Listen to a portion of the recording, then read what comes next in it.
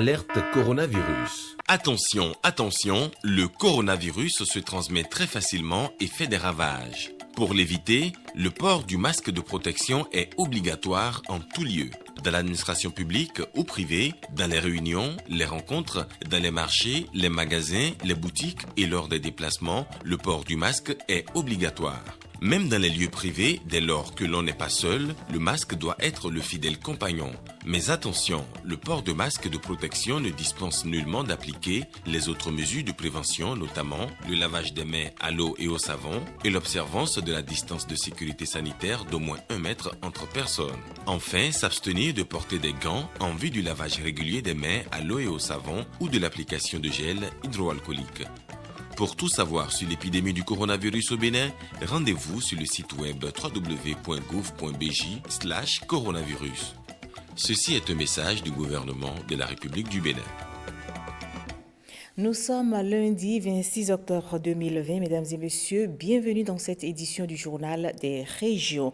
Tous les militants du parti Union progressiste doivent avoir sur eux une carte de membres. Ceci pour attester qu'ils sont effectivement membres de cette famille politique. C'est une exigence des textes de ce parti politique. Les dites cartes sont réalisées et dans le département du Zou, les responsables du parti ont procédé ce week-end à la remise des cartes aux différents responsables de comité. On fait le point avec Cyprien Lokosso. Alain Fortuné Nouati, le premier à avoir reçu sa carte de membre du parti Union progressiste à la cérémonie de remise officielle des dites cartes aux responsables des comités.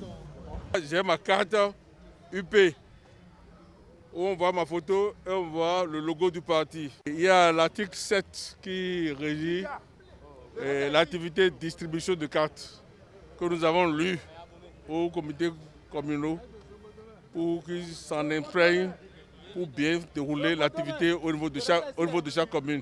Et le comité départemental s'est disloqué en de petits groupes de superviseurs, 4 groupes de superviseurs. Ces groupes de superviseurs iront représenter le comité départemental dans chaque commune de leur juridiction et vont surveiller la distribution des cartes de la commune vers l'ensemble des arrondissements. Dans le département du Zou, le parti Union progressiste a déjà enregistré 55 755 membres confirmés. Ils vont tous recevoir leur carte de membre. Si vous êtes membre de l'Union progressiste, vous allez vous inscrire naturellement sur la plateforme du parti qui est unionprogressiste.bj. Et une fois cette inscription faite, le fichier central imprime votre carte qui est envoyée à la base pour être remise suivant le décorum dont je parlais tantôt. C'est tout, il n'y a pas plus que ça. Évidemment, il faut prévoir les frais d'adhésion qui sont de 200 francs CFA contre lesquels on peut retirer sa carte. Maintenant, un bon militant doit aussi donner ses cotisations. Les cotisations sont prévues par le règlement intérieur et seront vulgarisées encore plus dans les jours et mois à venir. Ces cartes de membres ont une validité de 10 ans et ce parti avoisine déjà au plan national 500 000 militants. Ils se veulent être les ambassadeurs des œuvres de la gouvernance actuelle. Ce sont les cadres de l'administration réunis au sein d'un nouveau mouvement dénommé Initiative des cadres pour la réélection de Patrice Talon. Et pour concrétiser leurs rêves, ils ont procédé à l'installation de la coordination du plateau du mouvement. Brice Umbo Fermé Bassao pour le compte rendu. La détermination des partis et mouvements politiques ne faiblit pas à quelques mois de la présidentielle. Samedi dernier à Pobet, ce sont les cadres de l'administration béninoise réunis au sein du mouvement Initiative des cadres pour la réélection de Patrice Talon qui ont donné de la voix et procédé à l'installation de la coordination plateau de l'ICRPT. Séduits par les actions du pouvoir en place, ils entendent remuer ciel et terre pour afficher leur détermination derrière Patrice Talon. Les cadres béninois inscrits dans ce creuset, dans cette dynamique de la métamorphose, dans cette dynamique de la réélection du président Talon, vouent un certain respect aux actions et comportements de sa gouvernance. C'est vraiment ce qui justifie que ces cadres se mettent ensemble pour dire ce qui se fait si bien doit pouvoir continuer à se pérenniser dans une certaine mesure. La dernière action en date qui force l'admiration de ces cadres est le paiement d'arriérés aux travailleurs. Les arriérés salariaux qu'on a commencé par payer et où le gouvernement a décidé, le président a donné des instructions qu'on débloque 15 milliards pour apurer une partie dedans. Et les gens ont commencé par crier. C'est dans ce pays, en 2006, vous vous rappelez, en 2006, quand le gouvernement du président Yahi est venu, ils ont aussi fait le point. On nous a dit que ça fait 180 milliards d'arriérés salariaux. C'est pas vrai ça? Mais pourquoi on refuse aujourd'hui de faire qu'on fasse le point de ce qui a été laissé par le régime passé? Est-ce que c'est un tort de dire nous sommes venus constater ceci et nous sommes en train de travailler pour régler? Avec l'installation des structures de base annoncées, les membres de ce creuset de cadres entendent prêcher partout la philosophie du régime de la rupture et du nouveau départ. Ceci avec la bénédiction des sages et tête couronnée. On change de sujet à présent. Un hôpital de zone en construction dans les collines. La commune de Savay abrite cette infrastructure sanitaire de haute standing. Les travaux de construction de ce joyau évoluent à un rythme soutenu. Benjamin Denayon est allé s'imprégner de l'évolution de ce chantier avec Koudous Abdoulaye. La bâtisse sort de terre dans les collines. Savay entre en possession de la clé de son hôpital de zone d'ici fin décembre 2020. Benjamin Ompati, le ministre de la Santé, marque à la culotte l'entreprise en charge de la construction de cette infrastructure sanitaire. Au pas de charge, le ministre de la Santé examine les moindres contours de ce chantier dont l'aboutissement est très attendu par les populations des collines. Cet hôpital est vraiment un joyau qui est en train d'être construit dans les collines. S'il est vrai que c'est un hôpital de zone, il présente quand même des infrastructures et des services qui en font presque un centre hospitalier départemental. En effet, nous avons, en dehors des services de base que représentent les urgences, les services de gynécologie obstétrique, de la chirurgie, de la pédiatrie et de la médecine. Nous avons d'autres services connexes, notamment la stomatologie, l'otorhinolaryngologie et la stomatologie, pour ne citer que ceux-là.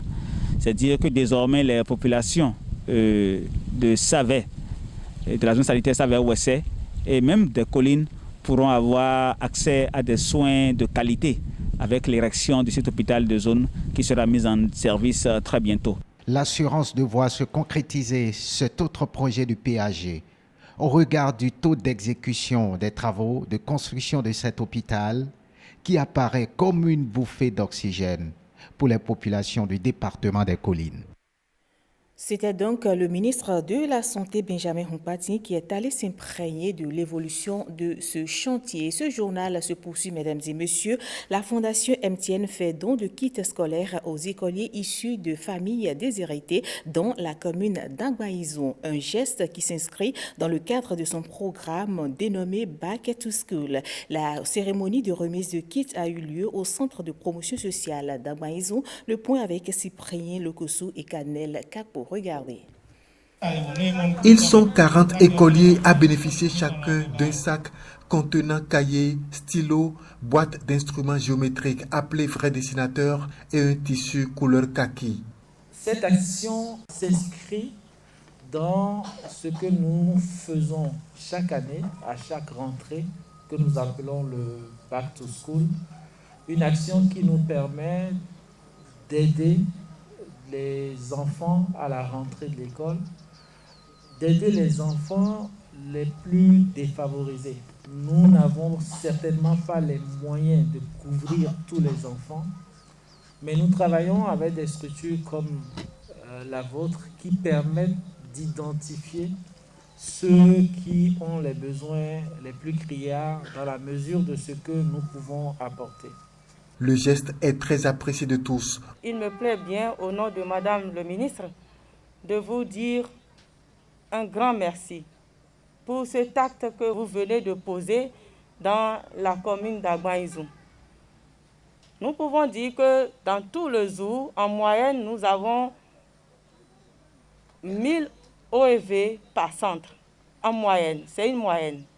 Donc quand on fait le total, on se retrouve avec 9000 OEV pour tout le département du Zou. Là, c'est encore une moyenne.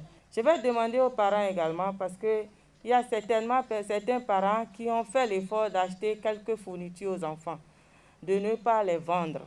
Parce que c'est arrivé où des parents ont reçu des kits et ont vendu le contenu. Cette année, la Fondation MTN entend distribuer 300 kits aux écoliers issus de familles déshéritées sur l'ensemble du territoire béninois. Dans le département du Zou, seules les communes d'Agbaïzoun et Zakbota figurent sur la liste.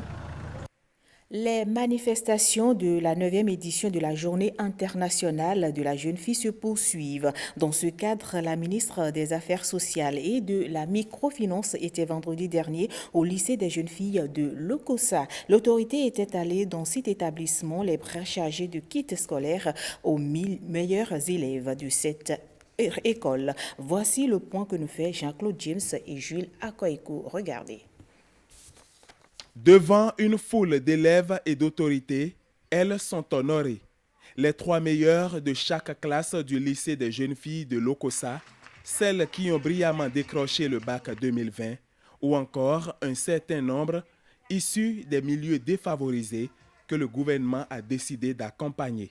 La présente intervention est menée en parfaite cohérence avec le programme d'action du gouvernement, notamment en son pilier 3, concernant l'amélioration des conditions de vie des populations et plus précisément en son axe stratégiste numéro 6 relatif au renforcement des services sociaux de base et à la protection sociale.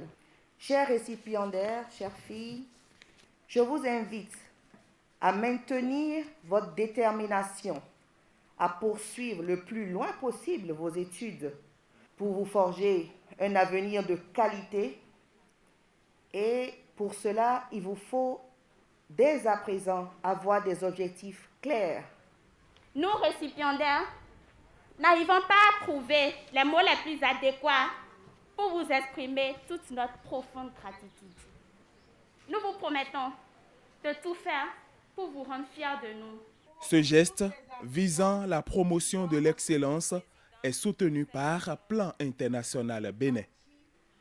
Ce lot de stylos, tissus, kaki, cahiers, vrais dessinateurs et autres d'une valeur de 2 300 000 francs CFA constitue notre modeste contribution à la promotion de l'excellence. Plan International Bénin félicite les lauréates, encourage les autres à prendre exemple sur leurs sœurs pour mieux réussir l'année prochaine. Je ne doute point que tous les acteurs du système éducatif du département du Mono voient à travers la présente cérémonie l'invite du gouvernement à garder le cap des belles performances par lesquelles notre département s'est illustré plus particulièrement au cours des 2 années scolaires passées. Cette remise de kits scolaires aux meilleures apprenantes concerne 23 000 jeunes filles sélectionnées dans les 12 départements du Bénin. Passons au dernier sujet de ce journal à présent. Le mois du consommant local est toujours en cours et dans le département du Zou, sous l'initiative de la direction départementale de l'industrie et du commerce, une exposition de produits locaux a été organisée au même niveau de la direction de l'industrie et du commerce 6 à Goro. Le point avec Cyprien Lokosso et Kadnel Kapo. C'est une gamme variée de produits made in Bénin qui a été présentée aux populations des départements du Zou et des collines ici représentées. Le mois du consommant local révèle tout le génie créateur des Béninois. Le Bénin regorge d'énormes potentialités de production pour la consommation locale. Mais force est de constater que nous n'en consommons pas assez. Le Béninois aime consommer des produits importés. Phénomène de Direzambéry qui constitue une menace pour notre économie. Cette organisation répond à un double impératif, celui de susciter chez les Béninois la consommation de Made in Bénin et d'encourager les opérateurs économiques à investir dans la production locale. Susciter la consommation locale et cette foire d'exposition montre le talent de certains Béninois que l'on peut promouvoir. Le directeur départemental de l'industrie et du commerce du Zou associe les promoteurs d'hôtels pour que l'objectif soit atteint. Ce sont ces promoteurs d'hôtels qui organisent des ateliers. Des ateliers où, pour la plupart du temps, on constate que c'est des meilleurs importés que nous consommons. Nous les avons invités pour les sensibiliser désormais à, si possible, je dis bien, à si possible, proposer 60% de mets locaux au cours de leur réception. C'est un mois qui va nous permettre de sensibiliser les nôtres, d'encourager les unités de production à améliorer leur qualité et sensibiliser toutes les couches sociales du pays à s'engager pour la consommation de ce que nous produisons réellement dans notre pays. Il ajoute que le Bénin peut se hisser au rang des grandes nations si tous les Béninois n'achètent que les produits fabriqués au Bénin. Fin de ce journal, mesdames et messieurs. Prenez le rendez-vous tout à l'heure avec Koudous Abdoulaye pour la grande édition du journal de 20h.